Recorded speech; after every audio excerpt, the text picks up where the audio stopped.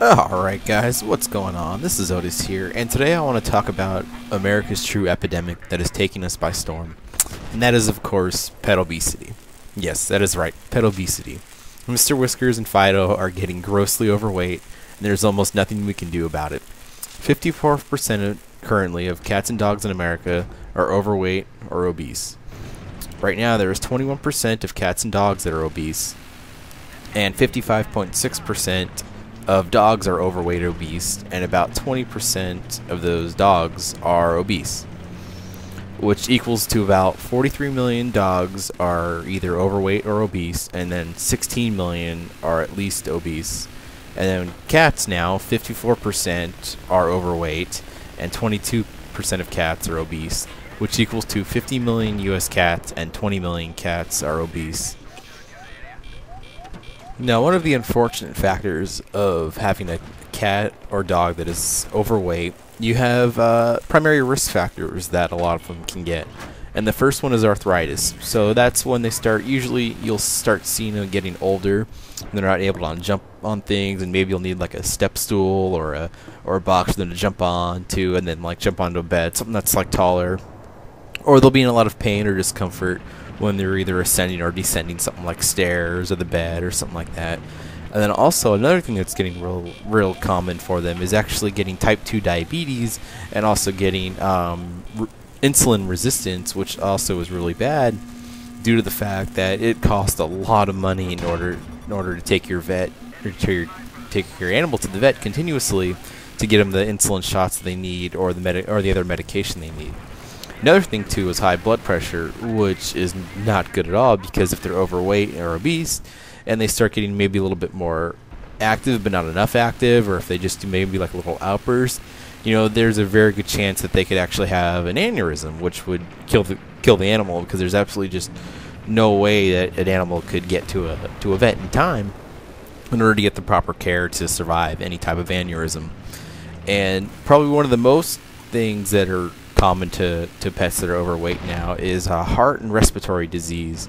So pretty much what's happening now too is these animals are getting increased or enlarged hearts, lungs, and pretty much anything that has to do with like the respiratory thing, which incredibly increases their likelihood of dying from either heart disease or something, you know, way earlier than they should have. And that's something that could take, you know, at least easily a few years off their life just on that condition alone.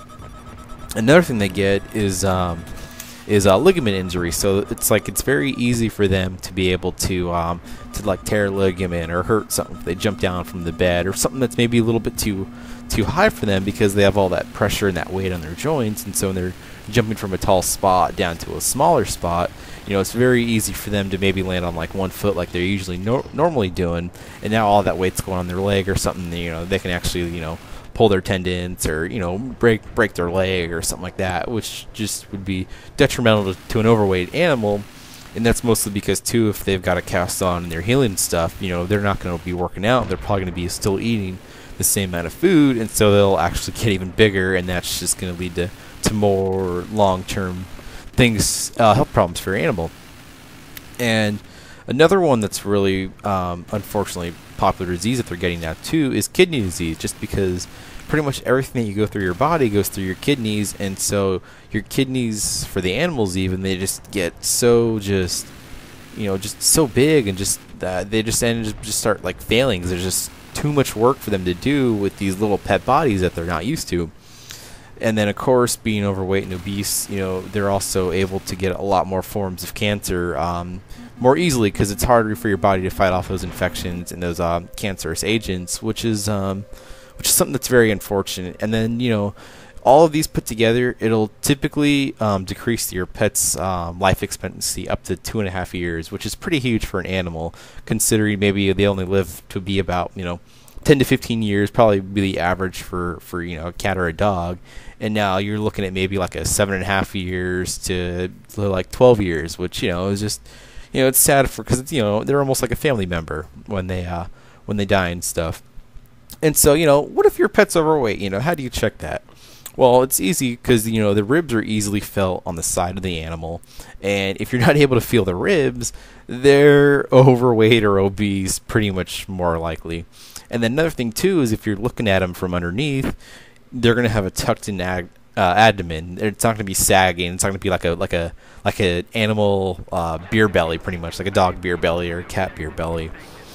And it should be tied up against their body. I mean, although cats do, for example, their skin actually hangs down like a tiny bit extra, and that's just because they actually, when they run, they need that extra skin for their legs to stretch out a little bit more, and that's how they're able to run a little bit faster. So there will be a little bit extra skin for a cat if it's not overweight.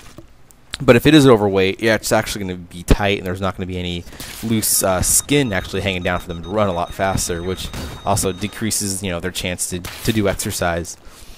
And another thing too is actually when you look at the top of your animal from the head to the tail, typically they'll have their waist towards like the back of their hips, and pretty much once they get fat, it's just like a straight log. It's not like any like hip or like definition things, and so that's an easy way to tell if they're overweight or not.